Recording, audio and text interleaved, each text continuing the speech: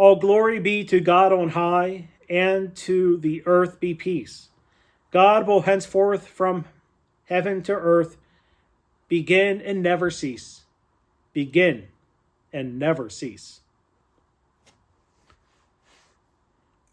When we look at Christmas and celebrate Christmas in church, we often focus on the manger.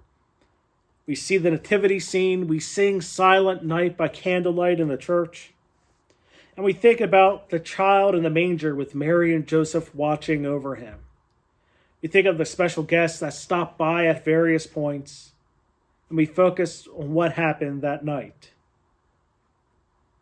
Sometimes we just lose sight of everything and look at the decorations and the light. But yet here we are reminded of a message by the angelic choir. We know the message of the birth, but there was a message afterwards. It's a message of praise to God. It's a message of worship, reminding all who would hear who God is and what is truly owed to God. It is a message of what Christ wants for us. How often are we distracted by the stuff of Christmas? We think about the shopping, the cooking, we think about the events, we think about the presents.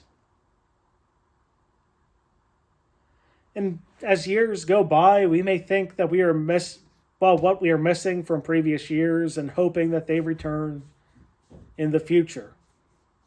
We can easily make this holiday about us, our traditions, and what we expect Christmas to be. We can even try to make Christmas like a Hallmark movie, for better or for worse. And yes, pastors fall into this tradition as well. We need to remember that our praise and worship to God should come first at Christmas. We are still anticipating the coming of the Messiah. And yes, we should be preparing ourselves for Christ's return.